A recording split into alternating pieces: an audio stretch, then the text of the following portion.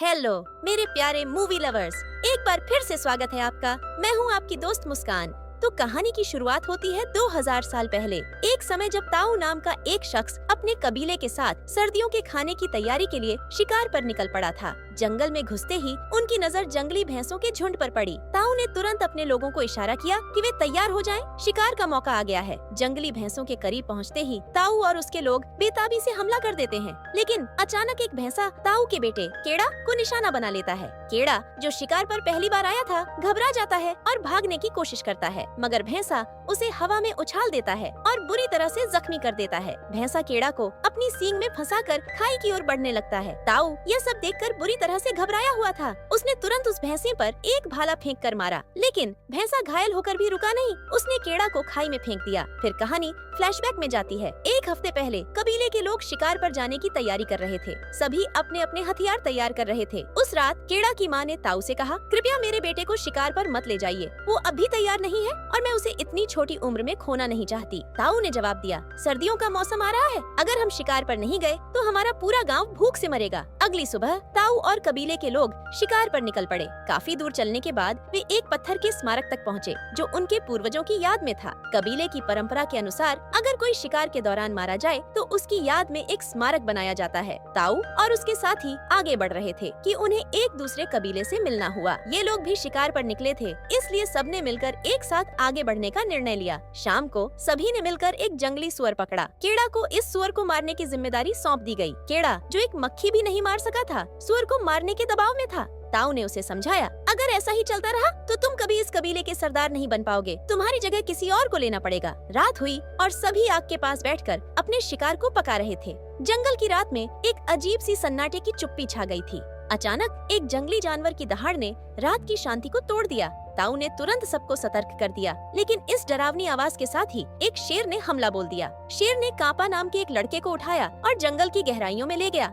सुबह होते ही कापा की याद में सभी ने एक स्मारक बनाया। उनकी आत्मा को श्रद्धांजलि अर्पित करते हुए वे शिकार की तलाश में निकल पड़े, लेकिन घंटों की मेहनत के बाद भी उन्हें कोई खास शिकार नहीं मिला। थक हार कर उन्होंने एक पत्थर की गुफा में रात बिताने का फैसला किया। यहाँ केड़ा के पिता ने उसके हाथ पर एक तारा टैटू किया और समझाया कि रात के दौरान इन तारों को फॉलो करके वे अपने कबीले तक पहुँच सकते हैं।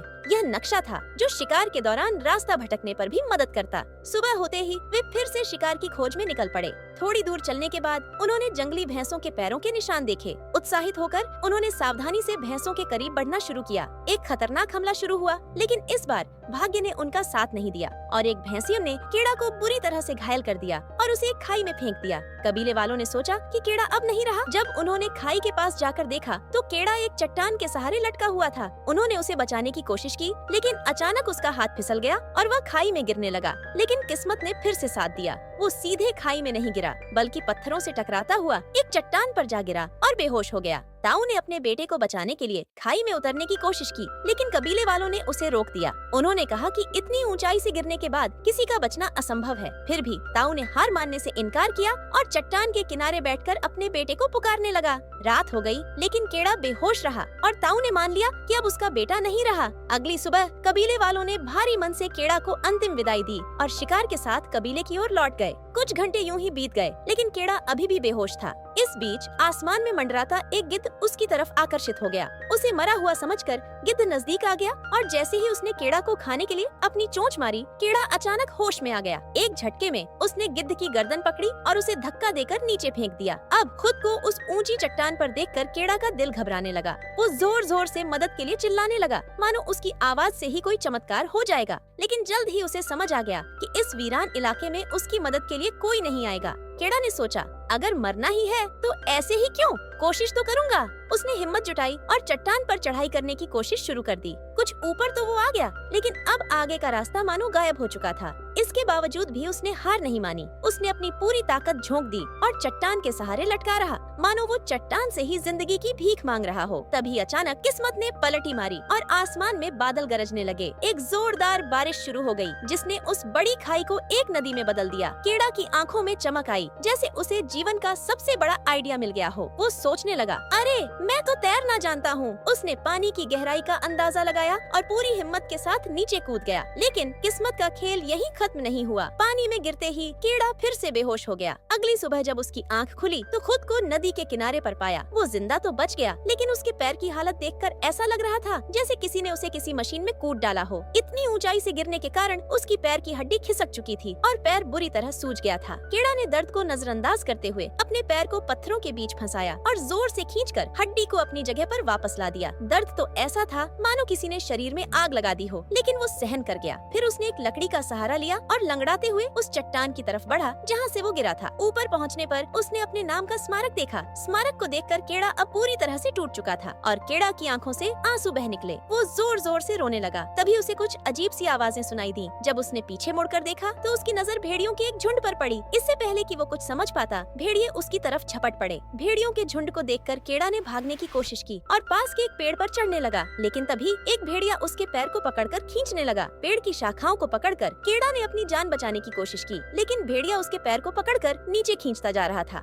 जब मामला बेकाबू हो गया तो कीड़ा ने हिम्मत जुटाकर अपना हथियार निकाला और भेड़िया पर हमला कर उसे जख्मी कर दिया। भेड़िया चीखते हुए नीचे गिर पड़ा और कीड़ा ने खुद को बचाने के लिए पेड़ पर चढ़कर शरण ली। रात का अंधेरा छा गया, लेकिन भेड़िए अब भी पेड़ के नीचे डेरा डाले हुए थे और कीड़ा की राह देख रहे थे। रात बिताने के अलावा उसके पास कोई रास्ता नहीं था, इसलिए कीड़ा ने पूरी रात सूखे पेड़ पर ही बिताई। सुबह होते ही उसने देखा कि घायल भेड़िया तो वहीं बैठा है, लेकिन उसके बाकी साथी फरार हो चुके थे। अब कीड़ा ने सोचा, इससे पहले कि ये मुझे खा जाए, क्यों न मैं ही इसे निपटा दूं। उसने अपनी कमर से छोटा सा चाकू निकाला और जल्दी से उसे एक हथियार की तरह तैयार कर लिया। आज तो तेरा काम तमाम कर दूंगा मियाँ, सोचते हुए वो पेड़ से नीचे उतर आया और भेड़िए की ओर बढ़ा। लेकिन जैसे ही उसने भेड़िए की आंखों में झांका तो उसका दिल थोड़ा पसीज गया और उसने सोचा, यार बेचारा बुरी तरह से घायल है। उसके दिल में कुछ हलचल हुई और उसने भेड़िए को मारने का इरादा छोड़ दिया, लेकिन वो भेड़िए को यूं ही खुला नहीं छोड़ सकता था। उसने भेड़िए के मुंह को एक रस्सी से कसकर बांध दिया और उसे अपने कंधे पर लाद कर चल दिया। पूरा दिन पैदल चलते चलते वे दोनों एक छोटी सी गुफा में पहुँचे, जहाँ किसी तरह उन्होंने रात गुजार ली। अगली सुबह कीड़ा ने जंगल में कुछ जड़ी बूटियाँ ढूंढी और उन्हें पीसकर अपने घाव पर लगाया। उसी समय जब वो पानी पी रहा था तो भेड़िए ने अपने मुंह पर बंधी रस्सी को किसी तरह खोल लिया। कीड़ा को ये देखकर पहले तो थोड़ा डर लगा, लेकिन उसने खुद को शांत रखा। वो धीरे धीरे भेड़िए के पास गया और पानी देने की कोशिश करने लगा। भेड़िए ने दांत दिखाकर उसे डराने की कोशिश की, लेकिन कीड़ा ने उसकी तरफ बिना झिझक के पानी बढ़ा दिया। भेड़िए ने कीड़ा के इस बर्ताव को समझा और शांत हो गया, क्योंकि उसे एहसास हो गया था कि कीड़ा से उसे अब कोई खतरा नहीं है। कीड़ा ने धीरे धीरे उसके घावों पर लगे कीड़ों को साफ किया और उस पर जड़ी बूटियों का लेप लगा दिया। अब शाम को कीड़ा ने एक खरगोश का शिकार किया और उसे पकाने के लिए आग जलाने लगा। भेड़िए ने देखा और उसका पेट मचल गया। उसने झपट्टा मारकर खरगोश छीनने की कोशिश की, लेकिन कीड़ा ने अपनी ताकत का रौब दिखाया और खरगोश को कच्चा ही खाना शुरू कर दिया। ये देखकर भेड़िया पहले तो चौंका, फिर धीरे धीरे उसने अपनी जगह बनाई और चुपचाप जाकर एक कोने में बैठ गया। खाना खाकर कीड़ा को काफी राहत मिली। उस रात कीड़ा ने बहुत दिनों बाद खाना खाया और वो सुकून से भरा हुआ था। आखिरकार कई दिनों की भूख मिट गई थी। उसने अपने नए दोस्त भेड़िए को भी थोड़ा खाना दिया और उसे ये देखकर हैरानी हुई कि भेड़िया एक पालतू कुत्ते की तरह आराम से खाना खाने लगा। भेड़िए को इतने अच्छे से खाना खाते देखकर कीड़ा ने सोचा, ये तो बड़ा संस्कारी भेड़िया निकला। अब चूंकि कीड़ा बहुत घायल था, उसने सोचा कि कुछ दिन इसी गुफा में आराम कर लेना चाहिए। इस दौरान दोनों की दोस्ती भी धीरे धीरे बढ़ने लगी। एक रात कीड़ा ने अपने हाथ पर बने टैटूज को देखा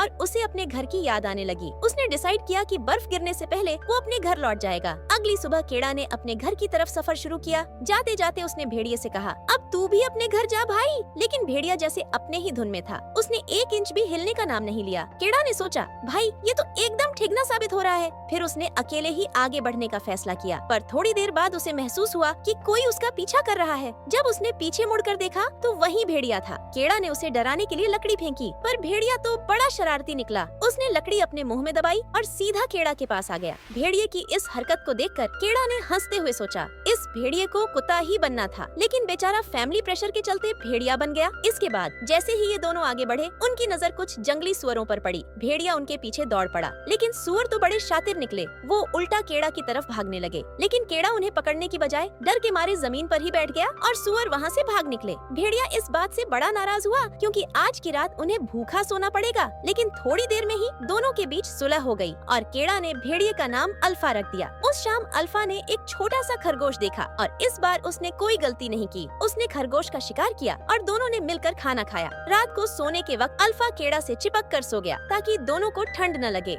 दिन गुजरते गए और दोनों अपने सफर पर चलते रहे। केड़ा ने अल्फा की मदद से शिकार करना भी सीख लिया। दिन भर दिन दोनों की दोस्ती और गहरी हो गई, जैसे कि ये दोनों एक दूसरे के बिना रह ही नहीं सकते। सर्दियों का मौसम आ चुका था और चारों तरफ बर्फ की सफेद चादर बिछ गई थी, लेकिन ये दोनों हार मानने वाले नहीं थे। एक दिन चलते चलते केड़ा के पैर के नीचे की बर्फ टूट गई और वो सीधे पानी में जा गिरा। दरअसल ये एक जमी हुई झील थी, लेकिन अब केड़ा को बाहर निकलने का कोई रास्ता नहीं मिल रहा था। अल्फा ने कोशिश की, लेकिन उसका वजन इतना नहीं था कि वो बर्फ तोड़ सके। आखिरकार केड़ा ने हिम्मत की और चाकू निकालकर बर्फ को तोड़ने लगा। काफी मशक्कत के बाद वो बाहर निकलने में कामयाब हुआ और अल्फा की मदद से वापस सतह पर आ गया। इसके बाद दोनों ने रात वहीं गुजारी और अगली सुबह अपने सफर को फिर से शुरू किया। चलते चलते केड़ा की नजर एक टेंट के बाहर बैठे आदमी पर पड़ी। उसे देखकर वो खुश हो गया, लेकिन पास जाकर देखा तो आदमी ठंड से जमकर मर चुका था। खैर, केड़ा ने उससे तीर और धनुष ले लिया और आगे बढ़ने लगा। कुछ देर बाद दोनों का सामना जंगली कुत्तों के एक झुंड से हुआ, जिन्होंने उन पर हमला कर दिया। दोनों ने फटाफट एक गुफा में शरण ली, मगर ये गुफा एक आदमखोर तेंदुए की थी। जैसे ही तेंदुआ सामने आया, उसने केड़ा पर हमला कर दिया, लेकिन अल्फा बीच में कूद गया और केड़ा को बचाने की कोशिश की। केड़ा ने हिम्मत करके तीर से तेंदुए पर निशाना साधा और तीर निशाने पर लगा, जिससे तेंदुआ जमीन पर गिर गया और फिर केड़ा ने अल्फा के घावों की मरहम पट्टी की। केड़ा समझ गया था कि अल्फा ने उसकी जान कई बार बचाई थी और उसने अल्फा को अपने साथ घर ले जाने का फैसला किया। अगली सुबह दोनों ने फिर से सफर शुरू किया। कई घंटों की यात्रा के बाद केड़ा को वो स्मारक दिखाई दिए जिन्हें उसने पहले देखा था। इसका मतलब था कि वो अपनी मंजिल के करीब थे, लेकिन तभी अल्फा जमीन पर गिर पड़ा। अपने घावों के चलते वो कमजोर हो चुका था। केड़ा ने उसे गोद में उठा लिया और धीरे धीरे आगे बढ़ने लगा। आखिरकार केड़ा ने अपनी बस्ती को दूर से देखा और उसकी खुशी का ठिकाना नहीं रहा। इतने लंबे सफर और इतनी कठिनाइयों के बाद वो आखिरकार घर लौटने वाला था और उसके साथ था उसका सच्चा दोस्त अल्फा। फटाफट केड़ा ने अल्फा को अपनी बाहों में और कसकर पकड़ा और दौड़ पड़ा, लेकिन बस्ती में पहुंचते ही धम दोनों जमीन पर गिर पड़े। केड़ा के माता पिता जब उसे इस हालत में देखे तो उनके तो होश ही उड़ गए। फौरन उसे अपने गले से लगा लिया। केड़ा, जो कि पूरी तरह से थक चुका था, बस इतना कह पाया, डैडी अल्फा को बचा लो किसी भी हालत में। और इतना कहते ही धड़ाम केड़ा बेहोश हो गया। कुछ घंटों बाद जब केड़ा को होश आया तो उसने खुद को अपने घर के अंदर पाया और अल्फा वो भी उसके बगल में लेटा हुआ था। लेकिन यहाँ एक ट्विस्ट था दोस्तों, अल्फा ने कुछ छोटे छोटे बच्चों को जन्म दिया था। अरे ये क्या, अल्फा तो एक मादा भेड़िया निकली और उस पूरे सफर के दौरान वो पेट से थी। इसके बावजूद भी उसने केड़ा का हर कदम पर साथ दिया, उसकी जान बचाई और उसे कभी अकेला महसूस नहीं होने दिया। केड़ा की आंखों में आंसू थे, लेकिन ये खुशी के आंसू थे। उसने अल्फा को गले से लगा लिया, मानो कह रहा हो, धन्यवाद मेरे दोस्त। दोस्ती और प्यार की इस कहानी ने दिखाया कि सच्चे साथी वो होते हैं जो हर मुश्किल घड़ी में आपके साथ खड़े रहे। और अल्फा ने ये साबित कर दिया कि वो केड़ा का सिर्फ दोस्त नहीं बल्कि उसका सच्चा परिवार है। तो हाँ जी दोस्तों, कैसी लगी आज की धमाकेदार वीडियो? मजा आया ना? अब सोचो, अगर आपको रोज रोज ऐसा मजा मिलता रहे तो क्या बात होगी। हाँ, आपकी अपनी मुस्कान आपके लिए हर दिन कुछ नया और शानदार लेकर आने वाली है। तो कहीं ऐसा ना हो कि आप ये मजा मिस कर दें। अभी के अभी सब्सक्राइब का बटन दबाओ और लाइक ठोकना तो बनता ही है ना? मैं जल्दी ही मिलूंगी एक और जबरदस्त वीडियो के साथ। तब तक के लिए हंसते रहो, मुस्कुराते रहो और अपना ख्याल रखना। Tata, bye bye.